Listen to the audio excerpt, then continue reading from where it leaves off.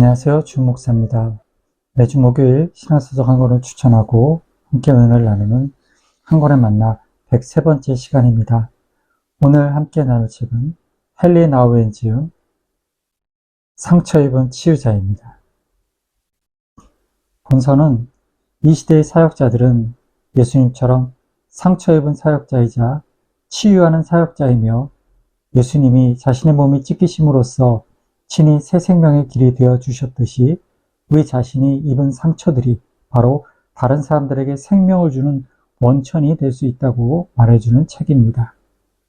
저자인 헨리 나우엔은 예수의 사제로서 노트르담 대학교 심리학부에서 개건 교수를 시작했고 신학을 공부한 이후에는 예일대학교 신학부에서 학생들을 가르쳤습니다.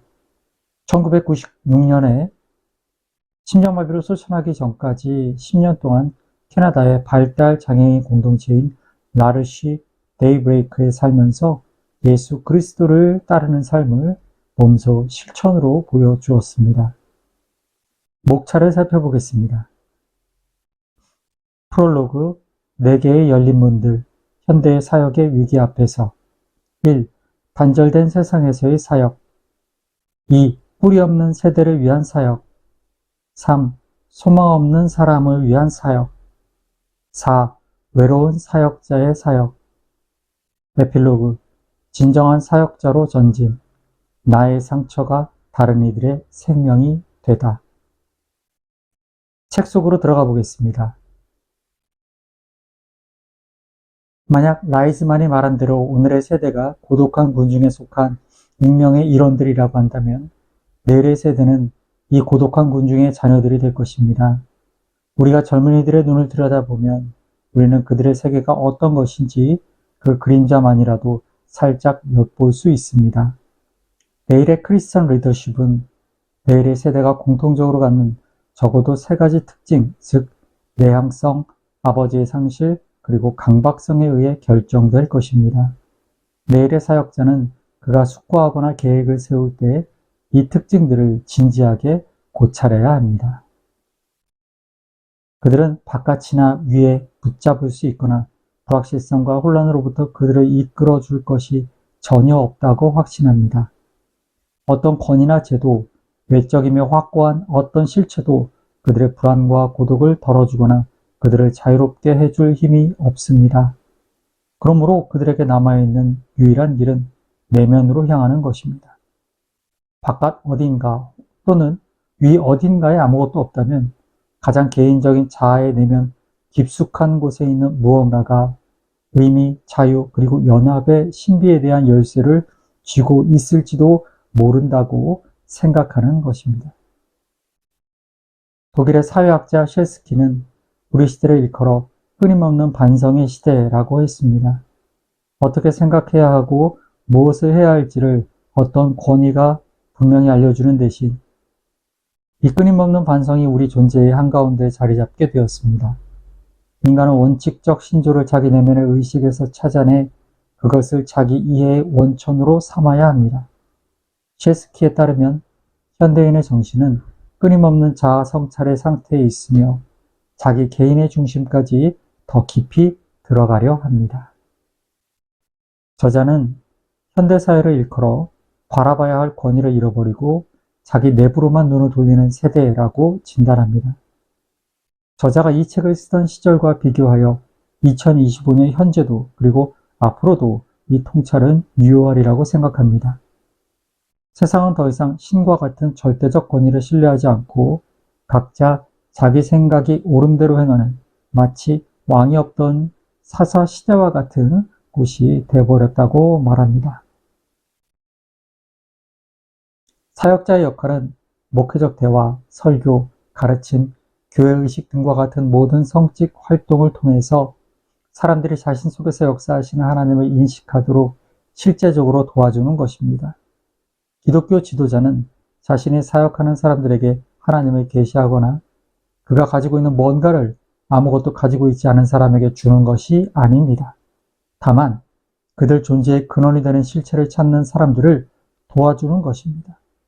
기독교 지도자는 인간은 인간이고 하나님은 하나님이며 하나님 없이는 인간이 인간으로 불릴 수 없다는 근본적인 신앙 고백을 하도록 이끌어 줍니다. 사람들을 구속하고 마지막 순간에까지 그들을 구원하며 그들을 올바른 길로 인도하려고 초조하게 돌아다니는 것이 기독교 지도자의 임무는 아닙니다. 우리가 한 번 받은 구원은 영원하기 때문입니다. 기독교 지도자에게 주어진 소명은 사람들을 도와 그들이 이 위대한 소식을 인정하게 만드는 것입니다. 또한 우리의 고통 뒤에는 위대한 것, 즉 우리가 그 형상을 따라 지음받은 하나님의 얼굴이 숨겨져 있다는 사실을 일상의 일들 속에서 확실히 보여주는 것입니다. 묵상하는 사람은 인간의 접촉에 굶주려 하거나 욕심내지 않습니다. 그는 소유욕이 강한 이 세상의 사소한 관심사를 초월하는 비전을 따라 나아갑니다. 그는 그때그때 유행에 따라 요동하는 사람이 아닙니다. 근본적이고 중심적이며 궁극적인 것을 접하고 있기 때문입니다. 그는 어떤 사람도 우상을 숭배하도록 허용하지 않습니다. 그는 그의 동료 인간들이 실제적이며 종종 고통스럽기까지 하고 당혹스러운 질문을 자발적으로 던지게 합니다.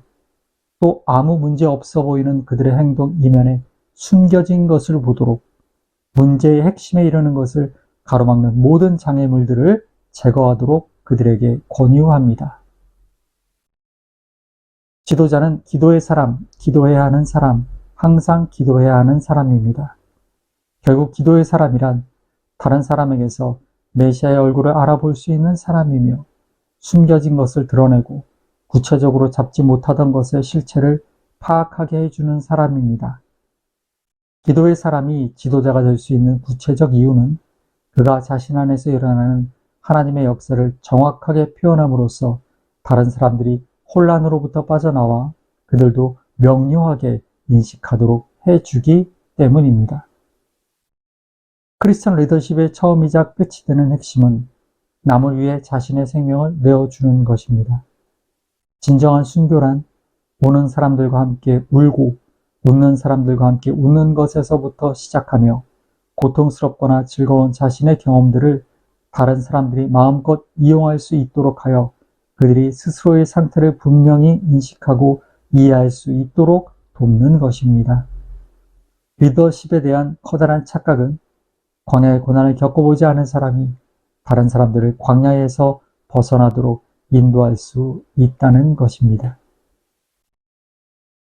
저자는 방황하는 영혼들을 인도하는 소명으로 부름받은 크리스천 지도자란 어떤 형식적인 자격이 아니라 영적인 자격에 있음을 지적하는데 바로 예수 그리스도의 스티그마, 그 상처를 몸에 지닌 사도 바울과 같은 사람인 것입니다. 이제 우리는 사역자가 다른 사람들과 마찬가지로 인간으로서뿐 아니라 직업으로 인한 독특한 어려움 때문에 외로움이라는 상처도 가지고 있다는 사실을 알게 되었습니다. 사역자는 다른 사람들이 일반적으로 하는 것보다 더 주의 깊게 이 상처를 싸매야 합니다.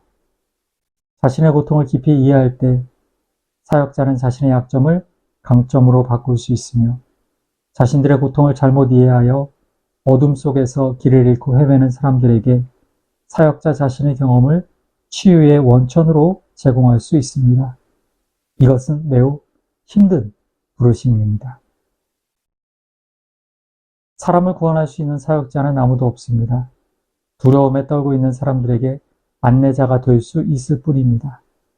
고통을 회피할 필요 없고 그 고통이 삶에 대한 공동의 추구에 이용될 수 있다는 것을 우리가 인식할 때 그 고통은 절망의 표현에서 소망의 표적으로 바뀝니다. 이러한 공동의 추구를 통해 환대는 일체감이 있는 공동체를 이룹니다. 환대가 공동체를 이루는 것은 그것이 우리로 하여금 우리의 근본적인 나약함을 고백하고 소망을 나눔으로써 결속을 도출해 내기 때문입니다. 이 소망은 인간의 화합 차원을 넘어 노예 상태에 있는 자신의 백성을 자유의 땅으로 부르신 하나님께로 우리를 인도합니다. 그리고 이 소망은 하나님의 백성을 형성하는 것이 하나님의 부르심이라는 유대교 및 기독교 전통의 핵심입니다. 그러므로 기독교 공동체가 치유의 공동체가 될 수 있는 이유는 그곳에서 상처가 치료되고 아픔이 경감되어서가 아니라 상처와 아픔이 새로운 비전을 위한 출구나 기회가 되기 때문입니다. 우리가 서로 고백할 때 서로의 소망이 깊어지며 서로의 나약함을 공유할 때 앞으로 우리에게 주어질 힘을 기억하게 됩니다. 책을 마치며 저자가 들려주는 상처 입은 치유자로서 부름받은 자의 소명을 나누며 오늘 한 권에 만나 103번째 시간을 마치겠습니다.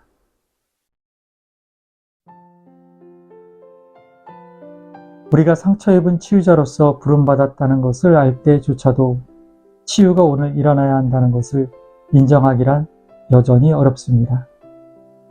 우리의 상처가 지나칠 정도로 눈에 띄는 시대에 살고 있기 때문입니다. 외로움과 고립이 우리 일상의 너무나도 커다란 부분이 되어버렸습니다. 그래서 우리는 비참함으로부터 우리를 건져내고 정의와 평화를 가져다 줄 해방자를 간절히 찾습니다. 그러나 해방자가 가난한 사람들 사이에 앉아 계시며 우리의 상처가 소망의 표적이고 오늘이 해방의 날임을 선언하는 사람은 거의 없습니다. 그러나 상처 입은 치유자는 이렇게 선언합니다. 주님은 오십니다. 내일이 아니라 오늘, 내년이 아니라 올해, 우리의 모든 비참함이 다 지나가고 난 뒤가 아니라 그 한가운데로, 다른 곳이 아니라 바로 우리가 서 있는 이곳으로 주님은 오십니다. 평안한 저녁 되시고요. 교회에서 뵙겠습니다. 감사합니다.